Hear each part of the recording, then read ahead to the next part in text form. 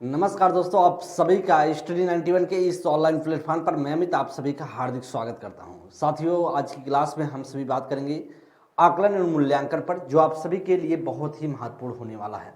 इसमें हम साथ ही बात करेंगे सतत और व्यापक मूल्यांकन क्या होता है, जैसे बात करें बाल केंद्रित कक्षा में मूल्यांकन कैसे किया जाता है, फिर अधिगम का आकलन क्या है, अधिगम के रूप में आकलन क्या है, अधिगम के लिए आकलन क्या है, ये सभी पर हम सभी चर्चा करेंगे। साथ ही साथ जो आप सभी के पेपर में क्वेश्चन किस प्रकार से यहाँ से बनाए जाते हैं, और चाहे आप पेपर 1 की तैयारी कर रहे हो या पेपर 2 की तैयारी कर रहे हो, दोनों के लिए बहुत ही महत्वपूर्ण है। और हमेशा से 2 क्वेश्चन यहाँ से पूछा गया है और बेहतरीन क्वेश्चन आप सभी के सामने रखने का प्रयास भी करेंगे और समझाने की भी कोशिश करेंगे। तो सारे के सारे बच्चे एक बार थोड़ा सा सेशन को शेयर करते हुए क्लास को लाइक कर दीजिएगा और एक एक पॉइंट को सीखने वाले समझने वाले हैं। हम सभी सीटेट जुलाई 2024 को टारगेट करके चीज़ें पढ़ रहे हैं और आपके सभी के सामने अगर बात किया जाए, यहाँ पर लिखा आकलन व मूल्यांकन, असेसमेंट एंड इवेल्युएशन क्या होता है, इसको हम समझते हैं। जैसे आपके सामने सबसे पहले लिखा आकलन। आकलन की बात करें, बालक के लगातार शिक्षा प्रक्रिया के दौरान इकट्ठा की गई जो है जानकारी आकलन कहलाता है। जो बालक के लगातार शिक्षा अधिगम प्रक्रिया में के दौरान इकट्ठा की गई पूरी जो जानकारी है, उसे हम क्या बोलेंगे, आकलन कहते हैं। ऐसा आप मान सकते हैं, आकलन असेसमेंट है जो जानकारी इकट्ठा कर रहा है। अगर आकलन के संक्षिप्त प्रक्रिया है, इस तरीके से हम मान सकते हैं। जैसे बात किया जाए, आकलन बालक के अधिगम को सुधारने के लिए एक सरल तरीका है। जैसे आकलन क्या होता है ना, आकलन से एक तरीका यह होता है कि जब बच्चे को हम पढ़ा रहे होते हैं तो बालक में क्या कमियां है उसको दूर करने में मदद मिलता है, क्योंकि आकलन जब हम पढ़ाते हैं उसी दौरान चलता रहता है। क्योंकि उसी दौरान सतत और एक तरीके से व्यापक आकलन आपने सुना होगा कि जब आप पढ़ाते रहते हैं उसी दौरान भी आकलन होता चलता है कि बच्चे में कहाँ फंस रहा है, कहाँ बच्चे में को सुधार करना है। इस प्रकार से हम कह सकते हैं आकलन बालक के अधिगम को सुधारने की एक क्या है, सरल तरीका माना जाता है। ऐसा आप कह सकते हैं, एक सरल तरीका माना जाता है। अगर हम बात करें कर आकलन का मुख्य उद्देश्य होता है बालक के कॉन्सेप्ट से संबंधित जो भी कन्फ्यूजन बालक को है उसे सही तरीके से बालक को समझाना क्या करना है, उसको समझाना। बच्चे को जो भी कन्फ्यूजन है, जो भी बच्चे का आकलन का मुख्य उद्देश्य देख पा रहे होंगे, कह रहा है कि बालक के कॉन्सेप्ट जो भी बच्चे को बताना है, कॉन्सेप्ट जो क्लियर करना है, उससे संबंधित जो भी कन्फ्यूजन बच्चे में है उसको हम क्या करना है, उसको समझाना, उसको दूर करना होता है। आकलन का ऐसा उद्देश्य होता है। अगर हम बात करें, आकलन 2 प्रकार का होता है। एक आप जानते होंगे रचनात्मक आकलन है, एक आपका योगात्मक आकलन है। रचनात्मक को हम बोलते हैं फॉर्मेटिव असेसमेंट और योगात्मक बोलते हैं समेटिव आकलन। जैसे आपका रचनात्मक में, और आप जानते होंगे कि जो एनसीएफ 2005 है या एनसीएफ 2022-23 है, और या आपका जो एनईपी है जो 2020 है एनईपी, या भी किस पर जोर देता आकलन के, वह रचनात्मक आकलन पर जोर देता, ना कि योगात्मक आकलन पर। इससे आप लोग ध्यान दीजिएगा, पेपर में पूछा भी जाता है एनईपी 2020 के अनुसार किस आकलन पर जोर दिया जाता है, तो रचनात्मक आकलन पर, फॉर्मेटिव असेसमेंट पर जोर दिया जाता है। अच्छा, रचनात्मक आकलन क्या है, योगात्मक आकलन क्या है, इस पर हम बात कर लेते हैं। जैसे आपके सामने रचनात्मक आकलन लिखा है, तो आकलन 2 प्रकार के आपने देखा, रचनात्मक और योगात्मक। सबसे पहले हम रचनात्मक की बात करें तो आपके सामने फॉर्मेटिव असेसमेंट लिखा है। करा कि शिक्षक जब बालक को ज्ञान प्राप्त करता है उसी दौरान किया गया आकलन क्या कहलाता है, रचनात्मक आकलन कहलाता है। या बालकों के बारे में जानने का सबसे अच्छा तरीका या सबसे अच्छा आकलन या तरीका होता है। जैसे बच्चा हम पढ़ा रहे हैं, सिखा रहे हैं, उसी दौरान हम क्या करेंगे, उसी समय बच्चे को सुधारते चलेंगे, अब जहां बच्चा फंसता जाएगा। यह एक आपका रचनात्मक आकलन है और रचनात्मक आकलन पर ही जोर दिया जाता है सबसे ज्यादा। कह रहा है कि बालक जो भी ज्ञान प्राप्त करता है, देखिए जो भी बच्चे को हम पढ़ा रहे सिखा रहे हैं उसी दौरान किया गया आकलन जो होता है वह रचनात्मक आकलन होता है। कह रहा है कि इसके बारे में सबसे अच्छा तरीका है जैसे व्याख्या करना आप सभी कर सकते हैं। आगे बात किया जाए, नेक्स्ट अगर हम बात करें, आपके सामने योगात्मक आकलन, समेटिव जो असेसमेंट है, बालक का साल के अंत में किया जाने वाला आकलन क्या कहलाएगा, योगात्मक आकलन कहलाता है। जैसे वार्षिक और अर्धवार्षिक परीक्षा, जब हम कुछ टाइम के बाद, जैसे आप देखते रहते हैं, रचनात्मक आकलन में क्या होता है, जैसे आपने कोई चैप्टर पढ़ाया और रचनात्मक आकलन के बाद कोई चैप्टर पढ़ाने के बाद आपने एग्जाम ले लिया, उसको टेस्ट के तौर पर उसको देखने का प्रयास किए कि बच्चे ने कितना सीख पाया, बच्चे में क्या कमियां आ गई, उसको हम सुधार दें। तो एक तरीके से वह रचनात्मक आकलन बोला जाएगा। लेकिन आप जब पूरे सब्जेक्ट का पूरा मतलब एक पूरा जब आप सिलेबस इन कर देते हैं या फिर छमाही या तिमाही में एक बार लेते हैं परीक्षा या वार्षिक में लेते हैं, तो उसे हम बोलते हैं योगात्मक आकलन बोला जाता है। और योगात्मक आकलन पर अगर जो हमारा समेटिव असेसमेंट है इस पर जो है आप NEP 2020 जो है वह जोर नहीं देता है। अगर हम बात किया जाए यहाँ पर ध्यान दीजिए मूल्यांकन क्या होता है। अच्छा, आपने आकलन के बारे में समझ लिया, रचनात्मक और योगात्मक आकलन के बारे में समझ लिया होगा। अब हम बात कर लेते हैं मूल्यांकन के बारे में। किसी वस्तु, किसी विषय वस्तु, व्यक्ति आदि के गुण दोष का विवेचन करके उससे संबंध से सही निर्णय करना मूल्यांकन कहलाता है। या मात्रात्मक और गुणात्मक दोनों होता है। हमेशा से पूछा जाता है क्या मात्रा जो आपका मूल्यांकन होता है वह कौन सी प्रक्रिया, तो आप कहते हैं मात्रात्मक और गुणात्मक दोनों प्रक्रिया होती है। कहीं ना कहीं यह भी बोला जाता है किसी विषय वस्तु व्यक्ति आदि के गुण, जो विषय वस्तु आदि का रहा है व्यक्ति के गुण का विवेचन करके उसके संबंध में सही निर्णय करना क्या कहलाएगा, मूल्यांकन कहलाता है। ऐसा बोला जाता है मूल्यांकन का परिप्रेक्ष्य में अगर हम चर्चा कर लें तो। आगे साथ ही अगर हम बात किया जाए, आगे हम देखेंगे कि या अधिगमकर्ता को सीखने की प्रक्रिया में मदद करने के तरीके खोजता है। बहुत इंपॉर्टेंट लाइन लिखा गया है कि आपसे पूछा भी गया कई बार कि मूल्यांकन का उद्देश्य क्या होता है। तो मूल्यांकन का उद्देश्य होता है जो लर्नर है, जो अधिगमकर्ता है, जो विद्यार्थी है, उसको सीखने की प्रक्रिया में मदद करने के तरीके को खोजता है कि किस प्रकार से बच्चे को हम मदद पहुंचाएं, जहां बच्चा फंसे उसे हम कैसे हेल्प दे करके सहायता करके उसे उसके लक्ष्य तक पहुंचाया जाए। मूल्यांकन इस बात पर भी ध्यान देता है कि अधिगमकर्ता क्या और कैसे सीख रहा है। मतलब मूल्यांकन जो इवैल्यूएशन होता है यह बात किया जाता है कि बच्चा कैसे सीख रहा है और क्या सीख रहा है, इस पर भी जोर दिया जाता है। क्या और कैसे सीख रहा है इस बात पर भी बहुत जोर दिया जाता है मूल्यांकन की अगर बात करें। चलिए, मूल्यांकन की विशेषताएं भी आप सभी से पूछ ली जाती हैं। मूल्यांकन की क्या विशेषताएं हो सकती हैं। सिर्फ मूल्यांकन की विशेषताओं की बात किया जाए तो वैधता होनी चाहिए, जिसमें अगर मूल्यांकन में वैधता का बहुत ही महत्वपूर्ण योगदान होता है। वैध मूल्यांकन वह होता है जो वास्तव में उसी बात का परीक्षण करे जिसके बारे में वह जानना चाहता है।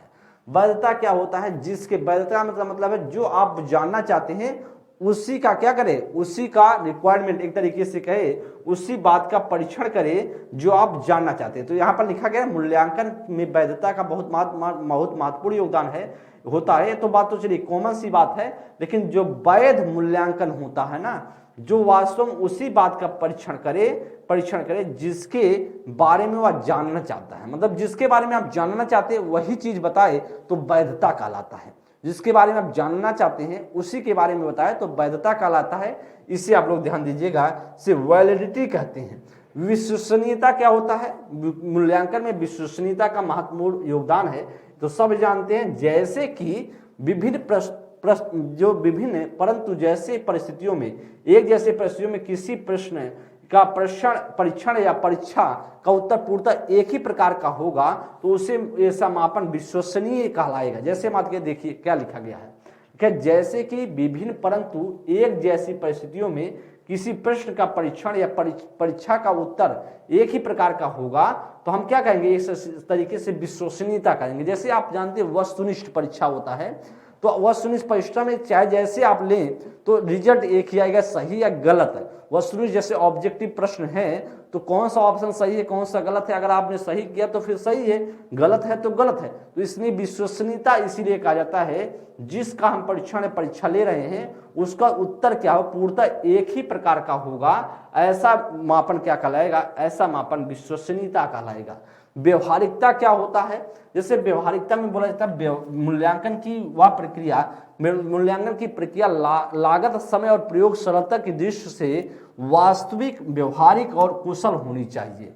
तो व्यवहारिकता में कैसा बोला जाता है कि व्यवहारिकता मूल्यांकन कैसे होनी चाहिए कि आपको सरलता से वो चीजें प्रोवाइड भी हो जाए, सरलता से क्या हो जाए, सरलता से वह चीजें आपका लागत, समय, जैसे प्रक्रिया में लागत जो है, जो आपका पैसा लगने वाला उस प्रक्रिया मूल्यांकन में, समय जो आपका टाइम है और प्रयोग क्या हो, सरलता की दृष्टि से वास्तविक हो, आपका रियलिटी वाला हो, व्यवहारिकता हो और कहीं ना कहीं कुशल होनी चाहिए। ऐसा व्यवहारिकता का मतलब होता है। व्यापकता का मतलब जिसमें बालक के सारे गुणों का मापन होता है उसे हम व्यापकता कहेंगे। आगे बात करें कारक वस्तुनिष्ठता। मूल्यांकन में वस्तुनिष्ठता का भी महत्वपूर्ण योगदान है। जिस मूल्यांकन में एक ही उत्तर हो, परीक्षण का प्रभाव ना पड़ता हो। मतलब आप देखते हैं ना वस्तुनिष्ठता, आप जो वस्तुनिष्ठ वाले प्रश्न है, जैसे जब आप 4 ऑप्शन है तो चारों ऑप्शन में एक ना एक कहीं ना कहीं सही होगा ना, तो उसी प्रकार से कहा कि मूल्यांकन में के उत्तर के ही उत्तर एक, मतलब करा है मूल्यांकन में एक ही उत्तर, यहां पर लिखेंगे एक ही उत्तर हो और परीक्षण का प्रभाव उस पर ना पड़ता हो, उसे हम क्या बोलेंगे, उससे वस्तुनिष्ठता बोलेंगे। तो सतत और व्यापक मूल्यांकन क्या होता है, आपने समझ लिया होगा कि आकलन क्या है। आकलन की बात करें जिसमें हम सभी ने योगात्मक और रचनात्मक आकलन की बात की है। मूल्यांकन भी आप समझ लिए होंगे। मूल्यांकन क्या होता है, जिसमें सीखने की प्रक्रिया में मदद करना होता है और कहीं ना कहीं उसके अगर बात करें उसके आपके मापन के, आपके मूल्यांकन की कुछ विशेषताएं थी जिसे आपने सीखा। अब हम सतत और व्यापक मूल्यांकन क्या होता है, जिसे हम बोलते हैं कॉन्टिन्यूअस कंप्रिहेंसिव इवेल्युएशन। और आप देखते होंगे आपके पेपर में पूछा जाता है, जिसे हम क्या बोलते हैं, इसे शॉर्टकट में CCE बोल देते हैं। क्या बोलते हैं, CCE बोलते हैं, कॉन्टिन्यूअस एंड कंप्रिहेंसिव इवेल्युएशन बोला जाता है। जैसे ऐसा मूल्यांकन जो निरंतर चलता रहे, जो ऐसा मूल्यांकन, सतत मूल्यांकन के बारे में पहले हम जानेंगे। ऐसा मूल्यांकन जो निरंतर चलता रहे, राष्ट्रीय शिक्षा नीति 1986 के अनुसार सतत और व्यापक मूल्यांकन, जिसमें मूल्यांकन के शैक्षणिक और गैर शैक्षणिक जैसे खेलकूद, निबंध, क्विज प्रतियोगिता दोनों पहलू को शामिल करते हैं, उसे हम क्या बोलेंगे, उसे हम सतत मूल्यांकन बोलते हैं। उसे हम क्या बोलते हैं, उसे हम सतत मूल्यांकन बोला जाता है। इसका मूल्यांकन, इस मूल्यांकन का मुख्य उद्देश्य होता है कि जल्दी जल्दी होने वाली गलतियों की जगह पर कम अंतराल या लॉस जो है फ्रीक्वेंट पर होने वाली गलतियों को सुधारना होता है।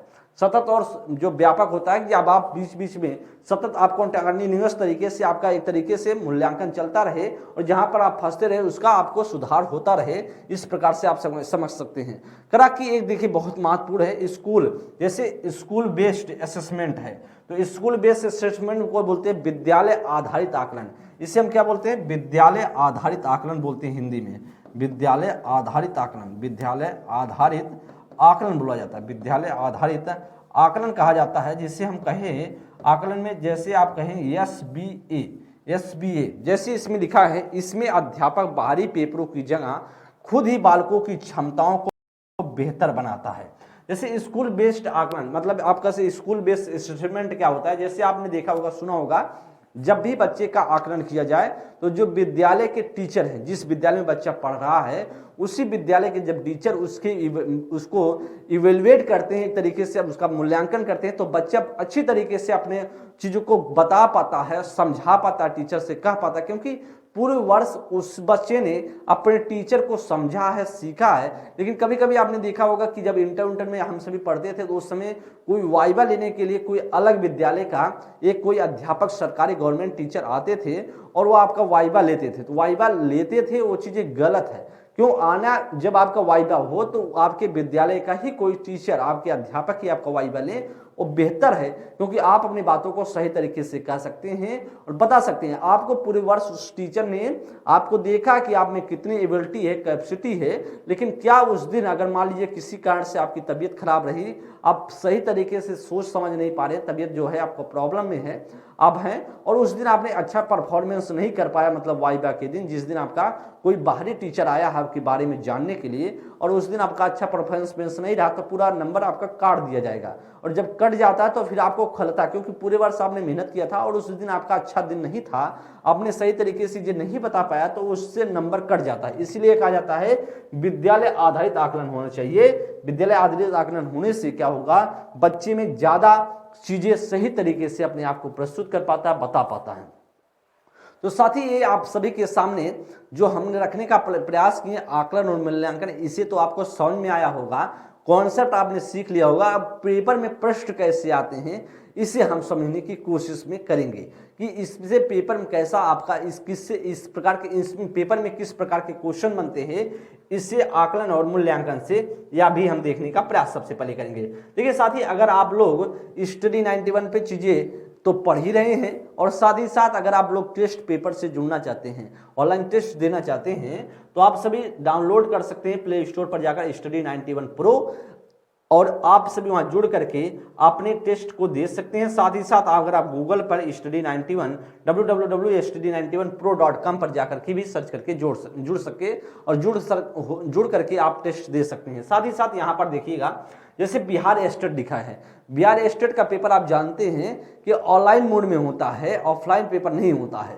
तो इसके लिए आप सभी क्या है, क्योंकि जब आप लगातार प्रैक्टिस किए रहेंगे ऑनलाइन तो परफॉर्मेंस बेहतर कर पाते हैं। जैसे जिस मोड में पेपर होता है और उस मोड में आप पेपर प्रैक्टिस आपको ज़्यादा करना चाहिए, उससे देने से क्या होगा कि आपको ज़्यादा चीज़ें अच्छे तरीके से समझ पाएंगे और उस प्रोसेस से आप गुजर पाएंगे। तो इस तरीके से अगर आप देना चाहते हैं स्टेट का तो आप सभी ऑनलाइन से जुड़ करके आप स्टडी 91 प्रो के साथ जुड़ करके अपना इवेल्युएशन कर सकते हैं। अब हम आप सभी के सामने कुछ प्रश्नों को रखने का प्रयास करेंगे जो आपके पेपर में आए हुए हैं और इसको देखने का प्रयास करेंगे कैसे आपका चीजें सही हो रही हैं।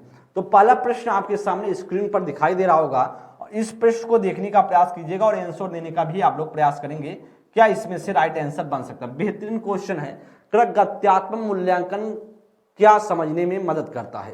कह भाई साहब गत्यात्मक जो मूल्यांकन होता है क्या समझने में मदद करता है? व्हाट डज डायनेमिक जो है असेसमेंट हेल्प टू अंडरस्टैंड? कह बच्चे का बौद्धिक स्तर समझने में मदद करता है या समकक्षियों की तुलना में छात्रों की का संबंधित पद जानने में या बच्चे की विशिष्ट अधिगम आवश्यकताओं को जानने में कि और अगला डी है कि बच्चा सामान्य विद्यालय में पढ़ने के लायक है या नहीं, इसको जानने में मदद मिलता है। तो बताइएगा इसमें से क्या हो सकता है, क्या इसका राइट ऑप्शन होगा? बहुत अच्छा प्रश्न है। गत्यात्मक मूल्यांकन से आप क्या समझते हैं? अगर हम गत्यात्मक मूल्यांकन की बात करें तो यह बच्चे की बौद्धिक स्तर सिर्फ जानने के लिए नहीं होता है गत्यात्मक मूल्यांकन, डायनेमिक असेसमेंट। तो इसका मतलब कहीं ना कहीं ए ऑप्शन गलत है। अच्छा यहाँ पर बी ऑप्शन निकलेगा समकक्षियों की तुलना में छात्रों को संबंधित पद। देखिए कभी आपने सुना है क्या, कभी अभी तक आपने जब भी हमने पढ़ाया आपको हमेशा क्या कहा कि तुलना जैसा शब्द अपने आप में निगेटिव है। और निगेटिव क्यों है? क्योंकि आप जानते हैं हर बच्चे में व्यक्तिगत भिन्नताएं हैं। जब व्यक्तिगत भिन्नताएं हैं तो फिर तुलना किस बात का? इसलिए आप जब तुलना शब्द आया इसका मतलब निगेटिव हो जाएगा और समकक्षों को किसी भी हालत में आपका मूल्यांकन नहीं करना चाहिए और गत्यात्मक मूल्यांकन का ऐसा सेंस भी नहीं होता है। बी ऑप्शन क्या है? गलत है। अच्छा बच्चे की विशिष्ट आवश्यकता बच्चे के विशिष्ट अधिगम आवश्यकताओं को पहचानने में एकदम सही है। गत्यात्मक मूल्यांकन इसी के लिए कहा जाता है, किया जाता है। ऑप्शन संख्या सी है और राइट ऑप्शन इसमें सी ऑप्शन बनेगा। डी में कह रहा है कि बच्चा सामान्य विद्यालय में पढ़ने के लायक है नहीं। तो सभी बच्चे समान विद्यालय में पढ़ने के लायक है, ऐसा पढ़ने के लायक है नहीं है, ये चीजें फर्जी बातें हैं, कोई इसका कोई अर्थ नहीं है। इसलिए भाई आपका डी ऑप्शन भी गलत है। तो प्रश्न संख्या 1 का क्या बनेगा?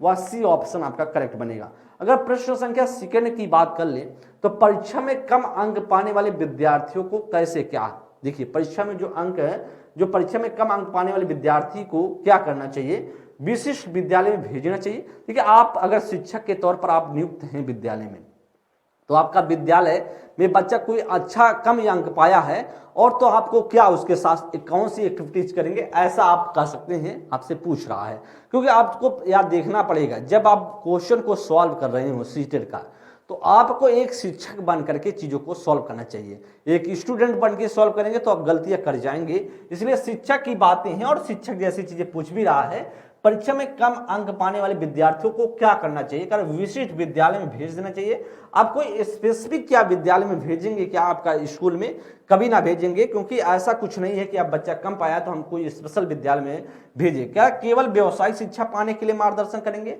अच्छा कहेंगे उस बच्चे को हम व्यवसायिक सिर्फ ज्ञान देना शुरू कर देंगे, कहेंगे बेटा आप देखो अब बहुत पढ़ाई लिखाई हो गया, आपका नंबर कम है, अब आप व्यवसायिक शिक्षा करो, तो ऐसा भी आप नहीं कहेंगे। इसलिए केवल भी अपने आप में निगेटिव है और केवल टेबल लगने से और भी ये चीजें, आपका आधार कोई है नहीं कि व्यवसायिक शिक्षा पाने के लिए मार्गदर्शन करेंगे। हाँ, अब बच्चे में आज नहीं कल तो सुधार हो सकता है, दंड देना चाहिए, दंड तो कभी नहीं देना चाहिए, अभी अपने आप में गलत है। डी ऑप्शन में करा उसकी व्यक्तिगत आवश्यकताओं के अनुसार सहायता देनी चाहिए। अच्छा, बच्चे में बच्चा क्यों नंबर कमाया बच्चे का, उसको व्यक्तिगत रूप से जाने और समझें। इस प्रकार से जब आप समझ जान लेंगे तो बच्चे में आप सुधार कर पाएंगे, इसलिए कह रहा उसकी व्यक्तिगत आवश्यकताओं के अनुसार सहायता देनी चाहिएगा। इसलिए आपका भाई डी ऑप्शन बनेगा प्रश्न संख्या जो सेकंड का। आगे चलेंगे प्रश्न संख्या थर्ड नंबर में, करा सीखने के आकलन के बजाय, सीखने के आकलन के बजाय करा सीखने के लिए आकलन पर ध्यान केंद्रित करना सुनिश्चित करने के लिए इसमें क्या शामिल करना चाहिए। इसमें कहा सीखने के आकलन, सीखने के आकलन क्या होता है, सीखने के आकलन बाद में किया जाता है, बाद में हो जाए, जब आप सिखा देते हैं उसके बाद में जो आकलन करते हैं वो सीखने के आकलन बोला जाता है। करा कि सीखने के लिए आकलन कब होता है, पूर्व में, जब आप सिखाए नहीं जाते हैं उसके पहले आप कोई आकलन बच्चे का कर लेते हैं तो वह सीखने के लिए आकलन हो जाता है। करा इसमें क्या शामिल करना महत्वपूर्ण होगा, क्या स्व मूल्यांकन, क्या सेल्फ असेसमेंट, क्या सहकर्मी मूल्यांकन, या गुणात्मक प्रतिक्रिया, या मात्रात्मक मापदंडों के आधार पर छात्रों के बीच तुलना। और ए ऑप्शन में दिया गया पहला तीसरा चौथा, और बी ऑप्शन दिया पहला दूसरा तीसरा, और सी ऑप्शन में दूसरा तीसरा चौथा, और डी ऑप्शन में पहला दूसरा तीसरा चौथा।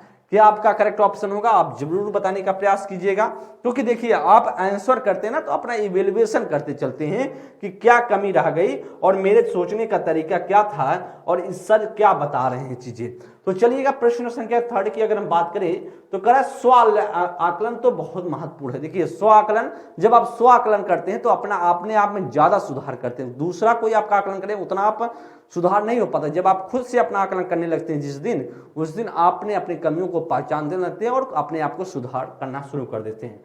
सहकर्मी मूल्यांकन, यह भी सही है भाई, सहकर्मी मूल्यांकन भी होना चाहिए, गुणात्मक प्रतिक्रिया यह भी होना चाहिए, लेकिन यहाँ पर मात्रात्मक मापदंडों के आधार पर छात्रों के बीच तुलना, तो तुलना तो कभी आधार नहीं करना चाहिए मापदंडों का, कि जिसमें मात्रात्मक मापदंडों के आधार पर छात्रों के बीच तुलना करना, तो तुलना अपने आप में वैसे गलत है।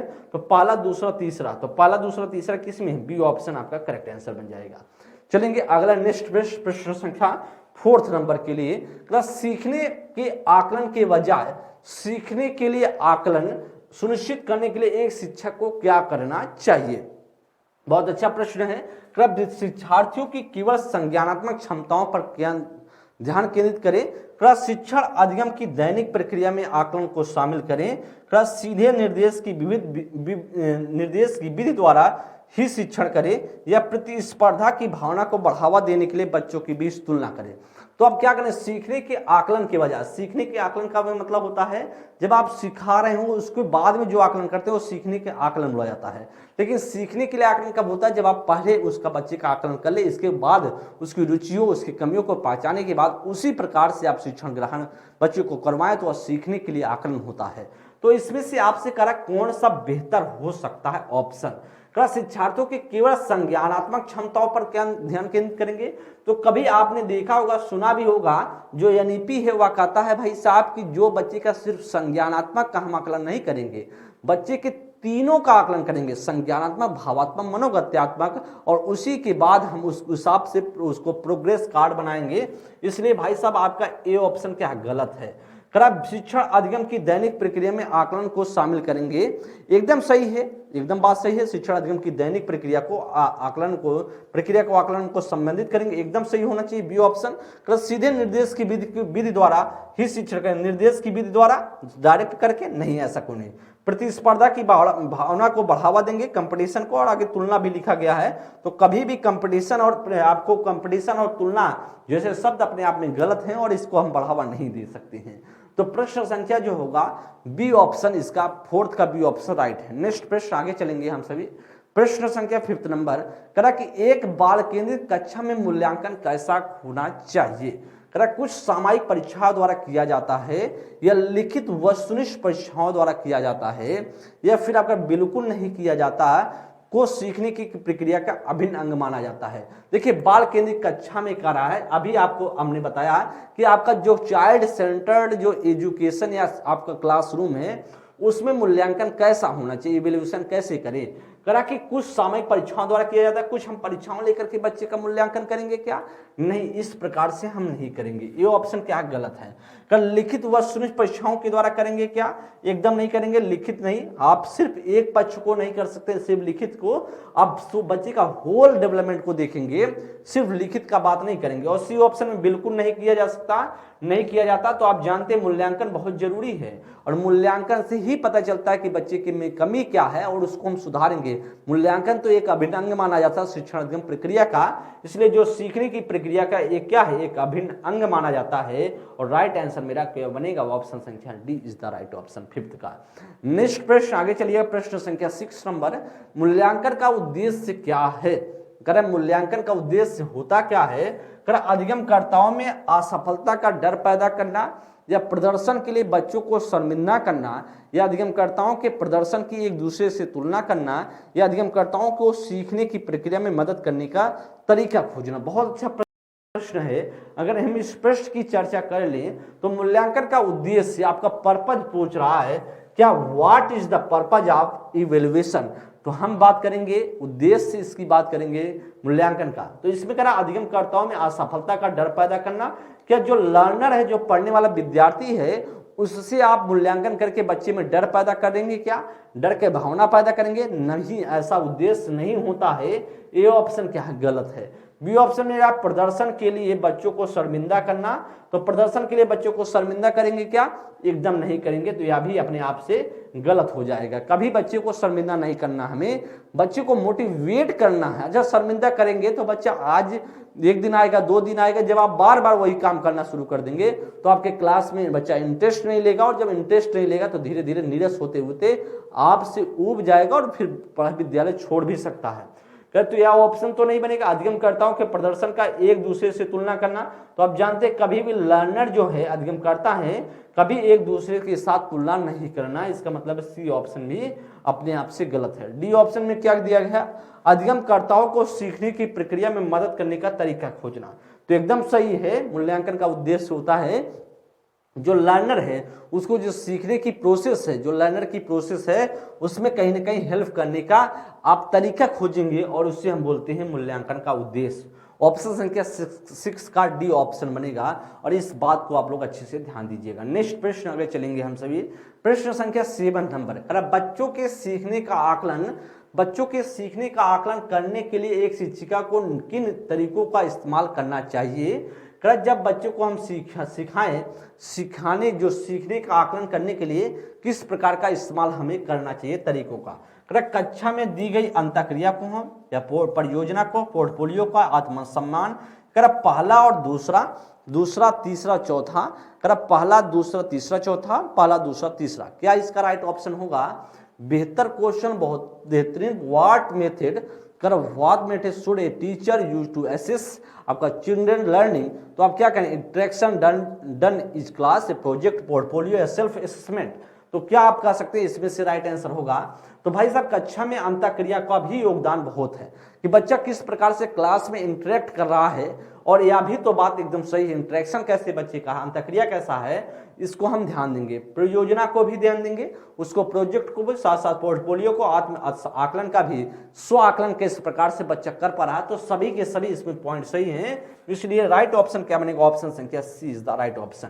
नेक्स्ट प्रश्न आगे चलेंगे, प्रश्न संख्या 8 आपके सामने, अपना आंसर देते चलिएगा। बहुत इंपॉर्टेंट क्वेश्चन रखे गए हैं। कह रहे भाई साहब आकलन के संदर्भ में राष्ट्रीय शिक्षा नीति 2020 क्या प्रस्तावित करती है? आप कह रहा है कि असेसमेंट के परिप्रेक्ष्य में आपसे पूछ रहा है, जो एनईपी 2020 है क्या बात करता है? What does the national education policy 2020 purpose करक इन आपका टर्म ऑफ असेसमेंट, तो करा कि क्या इसका क्या प्रस्तावित करता है? विश्लेषण और आलोचनात्मक सोच जैसे उच्च क्रम के कौशल या परीक्षण, या फिर आपका प्रत्यास्मरण आधारित वस्तुनिष्ठ प्रकार के परीक्षण, या फिर आकलन के योगात्मक तरीके, या फिर आपका ध्यान दीजिएगा आकलन के योगात्मक तरीके, या फिर आपका हो जाएगा परीक्षा के लिए सीखना। तो हम जानते हैं आपको एनईपी के थ्रू अभी हमने बताया था योगात्मक तरीके, जी एकदम योगात्मक तरीके, तो क्या इसमें से राइट आंसर होगा? आकलन के योगात्मक तरीके, क्या इसमें से राइट ऑप्शन बनना चाहिए? बहुत अच्छा प्रश्न है, क्या इसका करेक्ट ऑप्शन होगा? तो अगर प्रश्न संख्या 8 की हम बात कर लेना, तो प्रश्न संख्या 8 में दिया गया एकदम सही है। जो आकलन मानता है एनईपी 2020 वह कहता है विश्लेषण और आलोचनात्मक सोच जैसे उच्च क्रम के कौशल का परीक्षण करना चाहिए आकलन में। आकलन में क्या करेंगे, बच्चे का एनालिसिस जो है, एनालिसिस एंड क्रिटिकल थिंकिंग, जो testing higher order skill like, तो कहीं ना कहीं हम क्या करेंगे, बच्चे का एनालिसिस और क्रिटिकल थिंकिंग को हम क्या करेंगे, उसका परीक्षण करेंगे, उसका टेस्ट करेंगे, और प्रत्यास्मरण रटा रटाई वाली चीजें कभी ना करेंगे। इसलिए प्रत्यास्मरण आधारित वस्तुनिष्ठ प्रकार के परीक्षण, रटने वाले परीक्षण को हम करेंगे नहीं। और आकलन की योगात्मक तरीके तो ऐसे अपने आप से गलत है। परीक्षा के लिए सीखना तो आप जानते हैं परीक्षा के लिए नहीं सीखना है, आप उसको सुधार करने के लिए सीखाइए, परीक्षा में अपने आप अच्छा स्कोर कर ले जाएगा। प्रश्न संख्या 8 का जो राइट आंसर बनेगा ए ऑप्शन। नेक्स्ट प्रश्न आगे, प्रश्न संख्या 9 नंबर, मूल्यांकन का केंद्र क्या होना चाहिए। इवेल्युएशन का करा केंद्र बिंदु क्या होना चाहिए, करा अधिगमकर्ता क्या नहीं कर सकता इसका चित्रण करना, या दूसरे बच्चों की तुलना में अधिगमकर्ता के प्रदर्शन का स्पष्टीकरण करना, या मानक वर्ग में बच्चे की लेबलिंग करना, या अधिगमकर्ता क्या और कैसे सीख रहा है इसका वर्णन करना। तो मूल्यांकन का केंद्र क्या होना चाहिए ऐसा पूछ रहा है। What should be the focus of evaluation? तो कर अधिगमकर्ता क्या नहीं कर सकता इसका चित्रण करेंगे। भाई साहब बच्चा तो बहुत कुछ नहीं कर सकता है, का मूल्यांकन का क्या उद्देश्य होता है। अगर आपका हमारा मूल्यांकन आपको करना है, मान लीजिए हमारा मूल्यांकन आप करना चाहते हैं, तो हम क्या कर सकते हैं इसका करेंगे, कि क्या हम नहीं कर सकते इसका करेंगे। भाई हम बहुत कुछ नहीं कर सकते हैं तो उसका हम कितना आप मूल्यांकन करेंगे, लेकिन हम क्या कर सकते हैं इसका मूल्यांकन आप करेंगे। क्यों? क्योंकि आपको तभी तो पता चलेगा कि सही तरीके से सर कर पा रहे हैं उस चीजों को नहीं कर पा रहे हैं। जो हम कर सकते हैं उसका मूल्यांकन करेंगे ना। हम आपको पढ़ा रहे हैं, आपको सिखा रहे हैं, तो आप मेरे पढ़ाए हुई चीजों का मूल्यांकन करेंगे ना, कि हम आपकी बातों को आपको हम समझा पा रहे हैं, आपको सही तरीके से सिखा पा रहे हैं, आपको जो सिखाने का प्रयास करें उसमें सही तरीके से हम सफल हैं, इस चीज का मेरा मूल्यांकन करेंगे ना। कि हम बहुत सी चीजें होंगी जो हमको पता नहीं है उसका हमारा मूल्यांकन करेंगे, कभी ना उसका करेंगे। तो इसलिए हम अधिगमकर्ता क्या नहीं कर सकता इसका चित्रण करना तो कभी ना बनेगा मूल्यांकन का केंद्र, या होता ही नहीं है। दूसरे बच्चों की तुलना में अधिगमकर्ता का प्रदर्शन इसका स्पष्टीकरण करना। तो तुलना अपने आप में जैसे आया, इसका मतलब कहीं ना कहीं एक दूसरे से जब तुलना शब्द है तो निगेटिव है, हमें मूल्यांकन का केंद्र ढूंढना है। मानक वर्ग में बच्चे की लेबलिंग करना तो कभी ना बनेगा। लेबलिंग चीजें क्या आप लेबल करना शुरू करेंगे मानक वर्ग में, कभी ना। आपका डी ऑप्शन में अधिगमकर्ता क्या और कैसे सीख रहा है इसका चित्रण करना, कि जो अधिगमकर्ता जो लर्नर है किस प्रकार से सीख रहा है और कैसे सिखा रहा है इसका हम करेंगे मूल्यांकन। और मूल्यांकन का यही होता है सेंटर्ड, यही होता है केंद्र बिंदु। इसलिए 9th का जो राइट ऑप्शन होगा ऑप्शन संख्या D is the right option. आगे हम चलेंगे प्रश्न संख्या आपके सामने 10 नंबर प्रश्न। आप एक अध्यापक हैं, मान लीजिए आप एक अध्यापक हो गए हैं। अच्छा, अध्यापक हैं जो विश्वास करता है कि बच्चे विभिन्न गतियों और अलग अलग तरीके से सीख सकते हैं। आप अपनी कक्षा में ऐसी आकलन योजना करेंगे जो कैसा हो, सभी विद्यार्थियों के लिए समान हो, या केवल वस्तुनिष्ठ प्रश्नों को सम्मिलित करेंगे, या बच्चे के सीखने के तरीके से संबंधित ना हो, या अलग आकलन के अलग अलग तरीकों के ऊपर आधारित हो। तो क्या करेंगे इसके लिए बहुत अच्छा प्रश्न है, क्या इसमें से सही हो सकता है। एक आप अध्यापक हैं जो विश्वास करता है कि बच्चे विभिन्न गतियों और अलग अलग तरीके से सीख सकते हैं, अपनी कक्षा में ऐसी आकलन योजना करेंगे। देखिए आपके क्लास में कुछ बच्चे स्टूडेंट हैं और आपको पता है कि बच्चे अलग अलग तरीके से सीखते हैं और अलग अलग तरीके से मेरा स्टूडेंट जो है सीख सकता है, तो आप क्या चीज इसमें इस्तेमाल करने की कोशिश में लगेंगे। तो सभी विद्यार्थियों के लिए एक के लिए समान हो तो ऐसा कुछ करेंगे। तो आपको पता है सब अलग अलग बच्चा करें, यहाँ पर देखिए करें बच्चे विभिन्न गतियों और अलग अलग तरीके से सीखते हैं, तो कैसे एक समान का इस्तेमाल करेंगे। जब आपके पता है कि भाई आपके क्लास के सभी बच्चे एक ही तरीके से सोचते नहीं समझते नहीं हैं, तो अब एक समान कैसे इस्तेमाल करेंगे, कभी ना करेंगे। केवल वस्तुनिष्ठ नहीं कर सकते हैं, यह भी गलत है।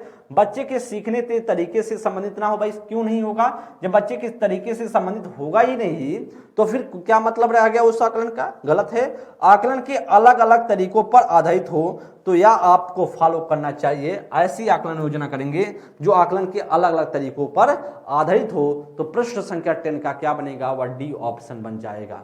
आगे चलिए प्रश्न संख्या 11 नंबर, समग्र मूल्यांकन के उद्देश्य को ध्यान में रखते हुए अध्यापक को क्या करना चाहिए। तो कहा कि जो आपका कंप्रिहेंसिव इवैल्यूएशन है, समग्र मूल्यांकन है, उसको हम ध्यान दे रहे हैं। चलिए, ओवरऑल जो आपका इवैल्यूएशन हो रहा है, एक तरीके से होलिस्टिक आपका इवैल्यूएशन करने की कोशिश में, समग्र संपूर्ण मूल्यांकन करने की में अगर बात किया जाए तो उद्देश्य को ध्यान में रखते हुए अध्यापक को क्या करना चाहिए, प्रश्नोत्तरी में केवल सही उत्तरों के आधार पर प्राप्त अंकों पर विचार करना चाहिए, या केवल बच्चों द्वारा दी गई त्रुटियों पर विचार करना चाहिए, या विद्यार्थियों के लिए सीखने से प्राप्त उत्पाद और प्रक्रिया पर विचार करना चाहिए, या सभी विद्यार्थियों के लिए मानकीकृत परीक्षण का उपयोग करना चाहिए। तो समग्र मूल्यांकन के उद्देश्य को ध्यान में रखते हुए आप क्या करेंगे, आप स्टूडेंट के साथ क्या करने वाले हैं, तो करा केवल प्रश्नोत्तरी में केवल सही उत्तरों के आधार पर अंकों का विचार करेंगे कि आपने कितना सही उत्तर दिया, इस पर आप अंक देने की कोशिश करेंगे। तो फिर आप इस प्रकार से करेंगे तो आप कैसे पहचान सकते हैं कि बच्चा इसमें क्या यूनिक कर सकता है। तो इसका मतलब इस पे सिर्फ हम प्रश्नों के माध्यम से चीजें नहीं कर सकते, इसका मतलब ए ऑप्शन को है गलत है। केवल बच्चों द्वारा दी गई त्रुटियों पर विचार करेंगे, हम सिर्फ त्रुटियों पर विचार करेंगे। अच्छा, उसके अच्छाइयों पर विचार नहीं करेंगे क्या? उसके अच्छाइयों पर त्रुटियों पर दोनों पे विचार करेंगे, बच्चा क्यों गलती किया है। इसलिए आप सिर्फ अच्छाई को, सिर्फ बुराई, उसकी गलतियों को हम नहीं पहचानेंगे। विद्यार्थी के सीखने से प्राप्त उत्पाद और प्रक्रिया पर विचार करेंगे। एकदम सही है कि जो स्टूडेंट है, जो विद्यार्थी है, सीखने से उत्पाद क्या प्राप्त कर लिया और प्रक्रिया किस प्रकार से गुजरा है, किस प्रोसेस में उसने वर्क किया है, इस पर हम जोर देंगे। और कहीं ना कहीं उसने उत्पाद क्या प्राप्त किया, प्रोडक्ट क्या प्राप्त किया, इस पर भी हम जोर देंगे। तो इसलिए प्रश्न संख्या 11 का सी ऑप्शन बनेगा। और डी में कहा कि सभी विद्यार्थियों के लिए मानकीकृत परीक्षणों का, तो मानकीकृत अपने आप में क्या निगेटिव है, इसलिए डी ऑप्शन भी क्या होगा, गलत होगा। तो प्रश्न संख्या 11 का सी ऑप्शन अपने आप से सही है। आगे अगर आप 12 नंबर, एक प्रगतिशील कक्षा में निम्न में से कौन सी मूल्यांकन विधि का इस्तेमाल नहीं होता है। कौन सी मूल्यांकन विधि का इस्तेमाल नहीं होता है, किसमें? एक प्रोग्रेसिव क्लासरूम में, एक प्रगतिशील शिक्षा में कौन सा मूल्यांकन विधि नहीं होगा? कर अध्यापकों द्वारा मननशील जर्नल का इस्तेमाल करना, या स्व मूल्यांकन, समकक्षी मूल्यांकन का, या केवल मानक निर्देशित मूल्यांकन पर आश्रय, या विद्यार्थी के पोर्टफोलियो तैयार करना। तो कौन सा इसमें इस्तेमाल नहीं किया जाता है प्रोग्रेसिव क्लासरूम में? ऐसा आपसे प्रश्न पूछने का प्रयास करें तो आप जवाब देने की कोशिश कीजिएगा। अगर हम इस बात की बात करें, इस पृष्ठ की चर्चा करें, तो इसमें से क्या राइट ऑप्शन हो सकता है? तो पहला ऑप्शन लिखा है अध्यापकों द्वारा मननशील जर्नल का इस्तेमाल करना। ये तो बात सही है, या भाई गलत नहीं है। या मूल्यांकन या प्रगतिशील क्लासरूम या प्रोग्रेसिव क्लासरूम कहता है मूल्यांकन का इस्तेमाल या करना चाहिए, कि भाई सब अध्यापकों द्वारा मननशील जर्नल का इस्तेमाल करना चाहिए, ये तो पॉजिटिव है। बी ऑप्शन में स्व आकलन और समकक्षी मूल्यांकन, तो मैंने आपको बताया था बाल केंद्रित क्लास में या प्रोग्रेसिव क्लास में, जो प्रोग्रेसिव जो है आपके क्लासरूम है, वहां पर स्व मूल्यांकन, सेल्फ जो असेसमेंट है, और समकक्षी मूल्यांकन जो एक तरीके से आप कह सकते हैं पीयर असेसमेंट है, जो सेल्फ और पीयर दोनों का इस्तेमाल करना चाहिए। तो इसका मतलब यह भी बात पॉजिटिव है, लेकिन हमें तो ढूंढना है गलत वाला। सी ऑप्शन में करा केवल मानक निर्देशित मूल्यांकन पर, और जब केवल मानक निर्देशित पर करेंगे तो हमारा ये बात गलत होगा। जो हमें करना चाहिए था ना, जो मूल्यांकन का इस्तेमाल किया जाना चाहिए प्रगतिशील या आपका बाल केंद्रित शिक्षा में, वह लचीला मूल्यांकन का इस्तेमाल करना चाहिए, लचीला निर्देशित मूल्यांकन का इस्तेमाल करना चाहिए, न कि केवल मानक निर्देशित। और केवल मानक निर्देशित होने से गलत हुआ। और विद्यार्थी का पोर्टफोलियो तैयार करना, तो यह तो बात सही भाई, आप मूल्यांकन करने के लिए पोर्टफोलियो तैयार नहीं करेंगे तो कोई आपके उसके बच्चे के विद्यालय में कोई आया चेक करने के लिए अधिकारी, या उसका गार्जियन या उसके माता पिता कोई आए और पूछने लगे कि मेरे बच्चा में कितने सुधार किया है, तो आप क्या रिपोर्ट देंगे? तो इसलिए पोर्टफोलियो का भी इस्तेमाल करना चाहिए। तो प्रश्न संख्या 13 का जो प्रश्न संख्या 12 का सी ऑप्शन। आगे प्रश्न संख्या 13 में दिया गया, एक अध्यापिका पूरे वर्ष के दौरान अधिगम संबंधित गतिविधियों में संलग्न बच्चों की बारीकियों से अवलोकन करती है, उनके कामों के नमूनों का आकलन करती है, और प्रत्येक बच्चे के लिए अवलोकन डायरी भी रखती है।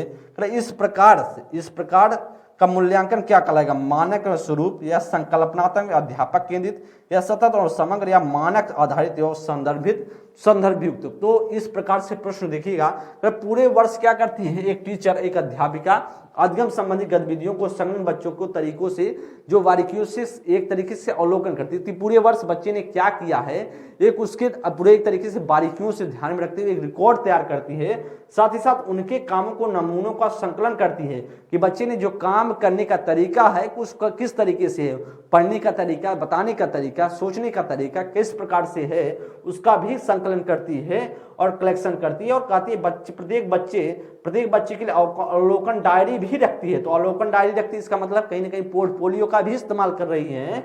और कह इस प्रकार का मूल्यांकन क्या कहलाएगा, इस प्रकार का मूल्यांकन या स्वरूप वाला तो गलत है, मानक और स्वरूप वाला नहीं कहलाता है।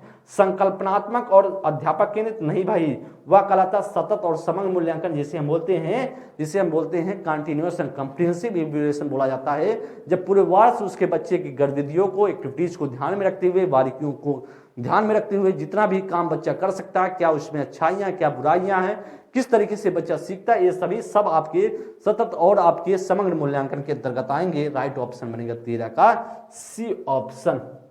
आगे चलेंगे प्रश्न संख्या 14 नंबर। आकलन का उद्देश्य क्या है? आकलन का उद्देश्य है क्या?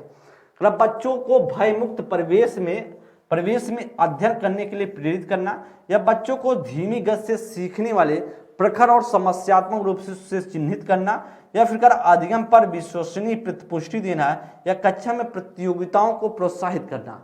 तो आकलन करा कि what is the purpose of assessment, तो करा कि मूल्यांकन का जो उद्देश्य क्या है, मूल्यांकन का उद्देश्य क्या है, आकलन का उद्देश्य क्या है। बच्चों को भयमुक्त परिवेश से अध्ययन के लिए प्रेरित करना। खैर भययुक्त परिवेश, भाई भययुक्त नहीं, भयमुक्त होता तो हम बात कर सकते थे, यहाँ भययुक्त है, भयमुक्त होता ना, तो भयमुक्त अगर यहाँ पर भयमुक्त होता तो हम बात मान सकते थे एक तरीके से, लेकिन भययुक्त है, भययुक्त करेंगे तो बच्चा और डर जाएगा। अच्छा, किसी को डरवा धमका कर पढ़ा सकते हैं क्या? नहीं पढ़ाया जा सकता है, इसलिए बच्चे को हम कैसे डरवा धमका के पढ़ा सकते हैं? तो मूल्यांकन का उद्देश्य नहीं है कि आपका भययुक्त परिवेश में बच्चों को आकलन करें या प्रेरित करें पढ़ने के लिए, तो कभी ना पढ़ेगा ये ऑप्शन। बच्चे की धीमी गति से सीखने वाले, बच्चों को धीमी गति से सीखने वाले प्रखर और समस्यात्मक रूप से चिन्हित करेंगे, तो कभी आकलन का उद्देश्य मैंने आपको बताया कि भाई सब प्रखर बुद्धि का पहचान करें कि बच्चा कितना तेज है उसको हम पहचान करेंगे, ये बच्चा कितना कमजोर है इसका पहचान करेंगे, ये सभी का पहचान नहीं होता है, इसका काम नहीं है कि बच्चे का पहचान करना, और ऐसा काम करेंगे तो फिर समावेशी क्लासरूम का हनन हो जाएगा सीधा सा। कह कि अधिगम पर विश्वसनीय प्रतिपुष्टि देना, तो भाई साहब अधिगम पर विश्वसनीय प्रतिपुष्टि देना ऑप्शन संख्या सी बनेगा। कक्षा में प्रतियोगिता को प्रोत्साहित करना, तो आप जानते हैं कंपटीशन, कभी हमने आपको बताया कि क्लासरूम में आप मूल्यांकन का उद्देश्य होता है कि कंपटीशन को बढ़ा दे, मूल्यांकन को आप आकलन का जो है एक कंपटीशन वाला आकलन बनाए, एक कंपटीशन वाला आप माहौल क्रिएट कर दे, वो आकलन का उद्देश्य होता है नहीं। तो प्रश्न संख्या आपके सामने जो होगा वह 14 नंबर का सी ऑप्शन होगा। क्या होगा? सी ऑप्शन राइट आंसर होगा। आज का अंतिम प्रश्न देखिएगा, प्रश्न संख्या 15 नंबर का। मूल्यांकन को क्या सूचित करना चाहिए? वह कार्य जो विद्यार्थी नहीं कर सकता, दूसरे की तुलना में विद्यार्थी का प्रदर्शन, विद्यार्थी क्या और कैसे सीख रहा है इसका विस्तृत ब्यौरा, या उपयुक्त नाम और कैसे, जैसे मंदबुद्धि, कुशल बुद्धि इत्यादि से विद्यार्थी का उल्लेख। तो मूल्यांकन को क्या सूचित करना चाहिए? मूल्यांकन को क्या सूचित करना चाहिए? आपके सामने ए ऑप्शन में लिखा गया वह कार्य जो विद्यार्थी नहीं कर सकता। क्या मूल्यांकन का उद्देश्य क्या होता है कि भाई साहब अब मूल्यांकन विद्यार्थी क्या नहीं कर सकता, मैंने आपको बताया विद्यार्थी क्या कर सकता है इसका मूल्यांकन होता है, क्या नहीं कर सकता इसका मूल्यांकन नहीं किया जाता है। चाहे आपका मूल्यांकन करना हो चाहे मेरा मूल्यांकन करना हो, ऐसा कभी नहीं होता है। तो विद्यार्थी का हम किस प्रकार से क्या नहीं कर सकता इसका मूल्यांकन करेंगे? नहीं भाई। तो दूसरे की तुलना में, अच्छा दूसरे की तुलना में जब बात आ गया विद्यार्थी की प्रदर्शन क्या और कैसे सीख रहा है इसका विस्तृत ब्यौरा देना, तो दूसरे की तुलना में आप कैसे कर सकते हैं? तो अपने आप से क्या तुलना शब्द गलत है, और यहाँ पर करा कि उपयुक्त उपनाम जैसे करा कि यहाँ पर वह विद्यार्थी जो नहीं कर सकता है, करा कि यहाँ पर आपके मूल्यांकन का को क्या सूचित करता है? उपयुक्त उपनाम जैसे मंदबुद्धि या कुशल बुद्धि इत्यादि विद्यार्थी का उल्लेख। तो यहाँ पर देखिएगा दूसरे के विद्यार्थियों की तुलना में प्रदर्शन पढ़ना, विद्यार्थी क्या और कैसे सीख रहा है इसका विस्तृत ब्यौरा, वह कार्य जो विद्यार्थी नहीं कर सकता। मूल्यांकन का उद्देश्य क्या होता है? तो भाई यह भी तो नहीं होता। मूल्यांकन को क्या सूचित करना चाहिए? मूल्यांकन को क्या सूचित करना चाहिए? वह बालक जो विद्यार्थी, वह कार्य जो विद्यार्थी नहीं कर सकता है इसको मूल्यांकन सूचित करता है। या दूसरों की तुलना में विद्यार्थी का प्रदर्शन, विद्यार्थी क्या और कैसे सीख रहा है इसका विस्तृत ब्यौरा है। तो अगर करें उपयुक्त उपनाम जैसे मंदबुद्धि या कुशल बुद्धि इत्यादि में विद्यार्थियों का उल्लेख, तो या तो यह भी नहीं बनेगा। तो जो जहां तक बात किया जाए, अगर हम बात कर लें, ए ऑप्शन भी अपने आप में बहुत तरीके से सही नहीं है, लेकिन ए ऑप्शन ही माना जाएगा। क्यों? क्योंकि जो बी और सी और डी है एकदम गलत है। जब एकदम गलत है, कुछ हद तक ए ऑप्शन मान सकते हैं, लेकिन वह भी बात पूरा एकदम सटीक नहीं है, इसलिए ए ऑप्शन भी पूरी तरीके से हम सही नहीं मानेंगे। लेकिन हमारा मजबूरी है कि भाई 4 ऑप्शन दिया है तो मानना ही मानना पड़ेगा, क्योंकि कुशल बुद्धि इत्यादि विद्यार्थियों का उल्लेख करना और ऐसा कुशल बुद्धि और मंद बुद्धि इस्तेमाल नहीं किया जाता, क्योंकि समावेशी क्लासरूम का हनन हो जाएगा। और ऐसा कुशल बुद्धि और मंद बुद्धि करेंगे तो गलत है। उपयुक्त उपनाम जैसे मंद बुद्धि ये सभी भी नहीं देना है, और सी और बी ऑप्शन तो गलत ही। दूसरे की तुलना में विद्यार्थियों का प्रदर्शन, विद्यार्थी क्या और कैसे सीख रहा है का विस्तृत ब्यौरा है, तो गलत है। लेकिन अब देखिए, अब हमारे आगे ए ऑप्शन लिखा है या भी नहीं है। देखिए, वह विद्यार्थी जो विद्यार्थी नहीं कर सकता है, नहीं कर सकता, यहां होना चाहिए वह विद्यार्थी जो कर सकता है, जो वह कार्य जो विद्यार्थी कर सकता है, इसको सूचित, यहां नहीं की जगह यह होना चाहिए क्या, यहां पर वह कार्य जो विद्यार्थी कर सकता है, मूल्यांकन इसको सूचित करता है। मूल्यांकन इसको सूचित करता है कि विद्यार्थी किस प्रकार से चीजें कर रहा है। तो आपका, इसलिए आपका राइट ऑप्शन क्या बनेगा? A option. अब हमारा उद्देश्य ही बन गया, क्योंकि यह प्रश्न अपने आप में पूरा सही नहीं है, पूरा सही नहीं है, तो इसलिए 15 का ए ऑप्शन होगा। और बी सी डी तो एकदम गलत है, इसलिए ए ऑप्शन मानना ही पड़ गया। इस प्रकार से अगर हम बात करें तो आपके सामने कुछ प्रश्नों की श्रृंखला रखने का प्रयास किया गया और बाल केंद्रित और प्रगतिशील शिक्षा के बारे में बताने की कोशिश की गई है। और प्रगतिशील जैसे आपका आकलन और मूल्यांकन के बारे में बताने का भी प्रयास किए हैं। जैसा भी सेशन आपको लगा हो, एक बार आप कोशिश कीजिएगा बताने का कि प्रगतिशील क्लासरूम में कैसे मूल्यांकन होता है, बाल केंद्रित क्लासरूम में कैसे मूल्यांकन होता है, सतत और व्यापक मूल्यांकन क्या होता है, मूल्यांकन क्या है आकलन क्या है, आपका रचनात्मक आकलन क्या है, आपका योगात्मक आकलन, सब पर हमने बातें की है। और साथ ही साथ कुछ प्रश्नों की श्रृंखला रखने का प्रयास किया गया, किस प्रकार के आपके क्वेश्चन बनते हैं और इस प्रकार से आधार एक को आपको मिल पाया होगा। हाँ, वाकई में ऐसे क्वेश्चन आते हैं। चाहे पेपर 1 की तैयारी आप कर रहे हो, चाहे आप पीआरटी से जुड़े हो या फिर आप जूनियर से जुड़े हो, दोनों के एग्जाम में 2-2 क्वेश्चन लगभग पूछे जाते हैं। तो आप सभी को अच्छे से पढ़ लेना है, चीजों को समझ लेना है। सभी साथियों को तहे दिल से शुक्रिया। आप सभी पढ़ते रहे, स्वस्थ रहे, मस्त रहे। Thank you class, thank you so much.